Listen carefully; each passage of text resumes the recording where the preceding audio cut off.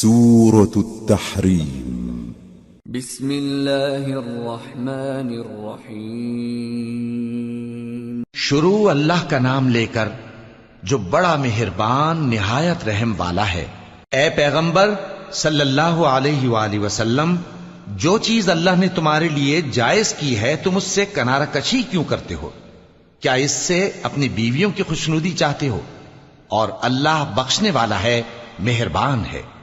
اللہ نے تم لوگوں کے لیے تمہاری قسموں کا کفارہ مقرر کر دیا ہے، اور اللہ ہی تمہارا کارساز ہے، اور وہ دانا ہے، حکمت والا ہے۔ اور یاد کرو جب پیغمبر صلی اللہ علیہ وآلہ وسلم نے اپنی ایک بیوی سے ایک بھید کی بات کہی تو اس نے دوسری کو بتا دی، پھر جب اس نے اس کو ظاہر کر دیا اور اللہ نے اس حال سے پیغمبر صلی اللہ علیہ وآلہ وسلم کو آگاہ کر دیا تو پیغمبر صلی اللہ علیہ وآلہ وسلم نے ان بیوی کو وہ بات کچھ تو جتائی اور کچھ نہ بتائی۔ سو جب وہ بات ان کو بتائی تو وہ پوچھنے لگیں کہ آپ کو یہ کس نے بتایا؟ فرمایا کہ مجھے اس نے بتایا ہے جو سب کچھ جاننے والا ہے، خبردار ہے۔ اگر تم دونوں اللہ کے آگے توبہ کرو تو بہتر ہے، کیونکہ تمہارے دل مائل ہو ہی گئے ہیں۔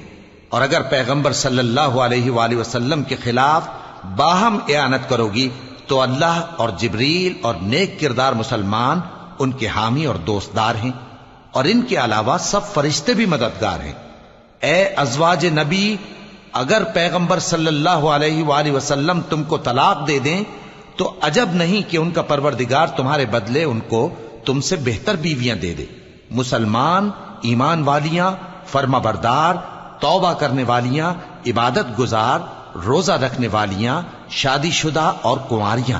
مومنوں، اپنے آپ کو اور اپنے اہل و عیال کو اس آگ سے بچاؤ جس کا ایندھن آدمی اور پتھر ہوں گے، اور جس پر تند خو اور سخت گیر فرشتے مقرر ہیں۔ وہ کسی حکم کی جو اللہ ان کو دیتا ہے نافرمانی نہیں کرتے، اور جو حکم ان کو ملتا ہے اسے بجا لاتے ہیں۔ کافرو، آج بہانے مت بناؤ، جو عمل تم کیا کرتے تھے انہی کا تم کو بدلہ دیا جائے گا۔ مومنو، اللہ کے آگے صاف دل سے توبہ کرو، امید ہے کہ وہ تمہارے گناہ تم سے دور کر دے گا اور تم کو جنتوں میں جن کے نیچے نہریں بہ رہی ہیں داخل کرے گا۔ اس دن اللہ پیغمبر صلی اللہ علیہ وآلہ وسلم کو اور ان لوگوں کو جو ان کے ساتھ ایمان لائے ہیں رسوا نہیں کرے گا، بلکہ ان کا نور ایمان ان کے آگے اور داہنی طرف روشنی کرتا ہوا چل رہا ہوگا، اور وہ اللہ سے التجا کریں گے کہ اے پروردگار، ہمارا نور ہمارے لیے پورا کر اور ہمیں معاف فرما، بے شک اللہ ہر چیز پر قادر ہے۔ اے پیغمبر صلی اللہ علیہ وآلہ وسلم، کافروں اور منافقوں سے جہاد کرو اور ان پر سختی کرو، اور ان کا ٹھکانہ دوزخ ہے اور وہ بہت بری جگہ ہے۔ اللہ نے کافروں کے لیے نوح کی بیوی اور لوط کی بیوی کی مثال بیان فرمائی ہے۔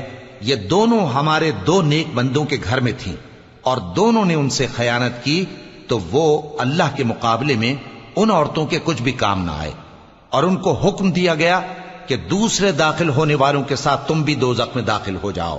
اور مومنوں کے لیے ایک مثال تو فرعون کی بیوی کی بیان فرمائی کہ اس نے اللہ سے التجا کی کہ اے میرے پروردگار، میرے لیے بہشت میں اپنے پاس ایک گھر بنا اور مجھے فرعون اور اس کے عمل سے نجات بخش اور ظالم لوگوں سے مجھ کو چھڑا لے۔